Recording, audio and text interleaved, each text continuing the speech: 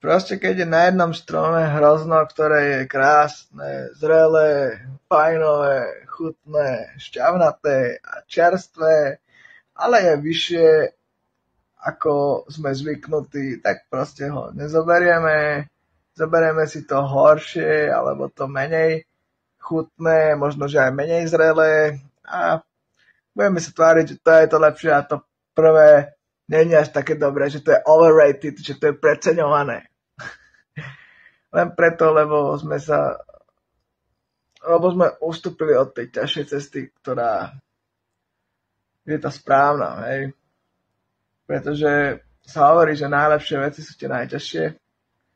Niekde som to čítal a cesta srdca si vyžaduje veľa hrbolov v ceste, obsahuje veľa hrbolov v ceste, ale tie hrbole sú súčasť rastu.